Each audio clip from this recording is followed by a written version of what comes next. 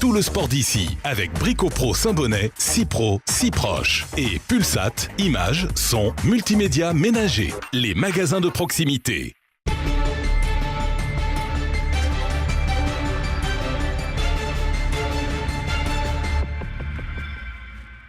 Bonjour à tous et bienvenue dans ce flash des sports d'ici. On commence avec du ski de fond et ce week-end s'est tenue la très populaire givrée du côté de Super Dévoluy. Malheureusement, en raison du manque de neige, les organisateurs ont annulé les deux parcours longs de 35 et 21 km.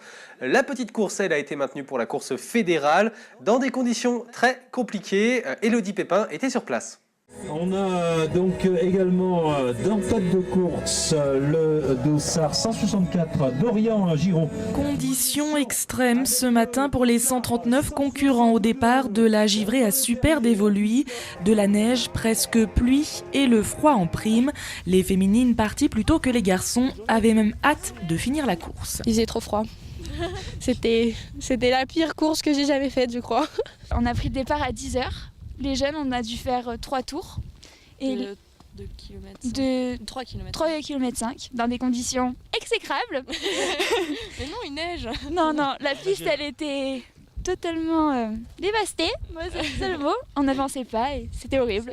On vient de finir, on a qu'une hâte, c'est de rentrer au chaud. Alors si au vu des conditions météo défavorables, une grosse partie de la course a été annulée, ce n'est pas pour autant que les licenciés présents ce matin ne se sont pas donnés à fond. Et cela a même payé pour Luc Delbar, arrivé en tête dans la catégorie cadet. Je voulais vraiment arriver premier. Ça fait vraiment plaisir. J'ai tout donné. Et je la voulais, cette victoire. Quant aux seniors, c'est Stéphane Passeron du club SC Champsor qui est arrivé premier, mais qui reste aussi le plus fair-play. Voilà, remercier vraiment les organisateurs pour avoir réussi à monter cette course. On fait un petit sport et un petit sport. On voit que localement, il y a encore des coureurs qui viennent. Et malgré les conditions difficiles, ça a été quand même une belle course, je pense. Après, le résultat, c'est pas le plus important. Nous, vraiment, le ski de fond, pour moi, maintenant, c'est juste pour le plaisir de participer à des fêtes dans la simplicité. Et voilà, c'est vraiment du bonheur du sport, du vrai sport. Enfin, les autres grands gagnants du jour sont Lisa Pellerin pour la catégorie cadet dames, Élie Granet pour les juniors hommes et enfin Hélène Béguin en jeune à senior dames.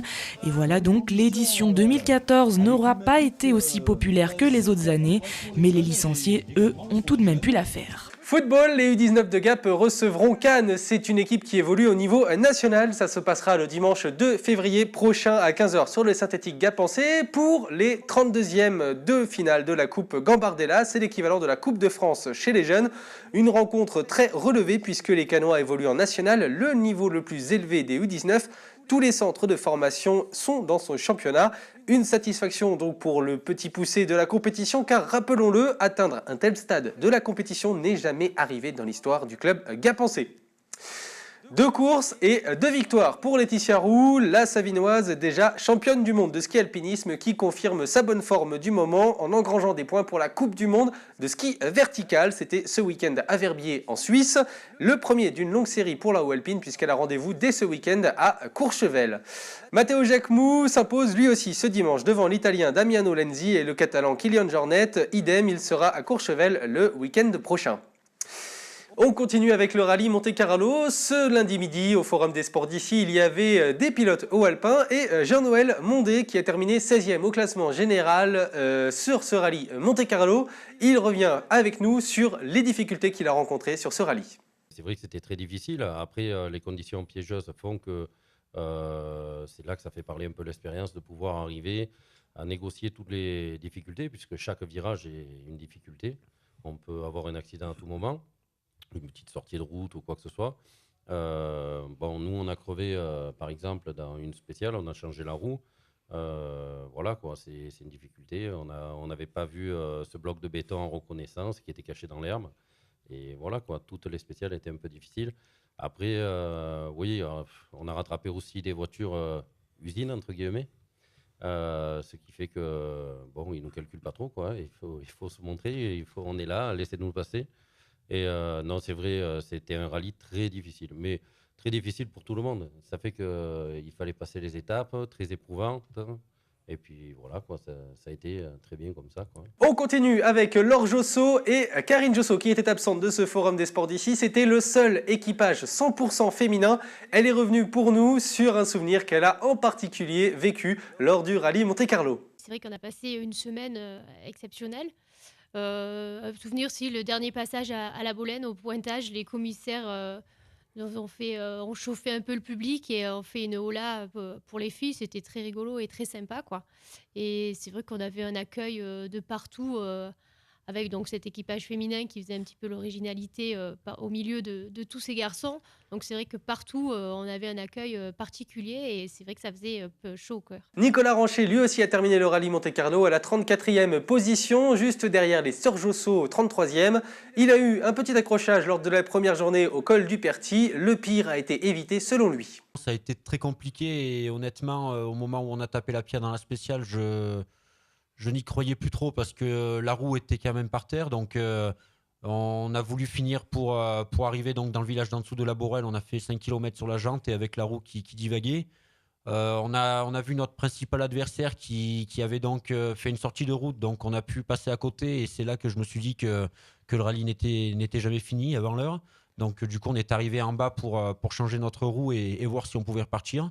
On a fait une réparation, je dirais un petit peu extrême sur le routier avec une sangle et un arbre et nos moyens. Donc ça a fait. Et puis donc après ensuite on a pu repartir pour les autres spéciales. Les 3 dernières ont été très compliquées pour nous avec les spectateurs sur les routes en partant loin derrière.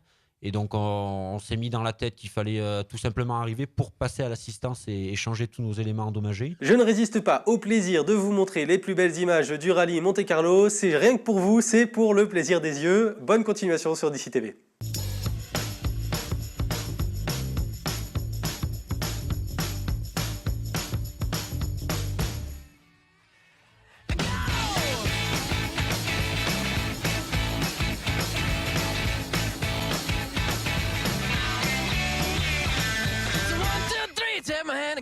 Because you look so fine that I really want to make you mine. I say you look so fine that I really want to make you mine. 4, 5, 6, come on and get your kicks. Now you don't need the money when you look like that, do you, honey? Big black boots, long brown hair. She's so sweet with her get back stare. Well, I can see you home with me, but you were with another man, yeah. I know we ain't got much to say before I let you get away,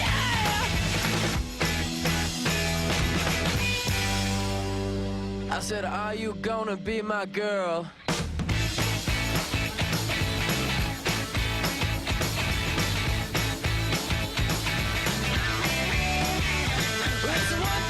Take my hand and come with me because you look so fine that I really want to make you mine. I say you look so fine that I really want to make you mine. 4, 5, 6, come on and get your kicks. Now you don't need the money with a face like that, do ya? Big black boots, long brown hair. She's so sweet with her, yeah, back stare. Well, I could see you home with me, but you were with another man, yeah.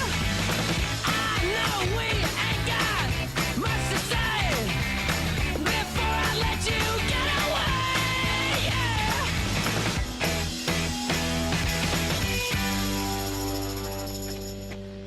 I said, are you gonna be my girl?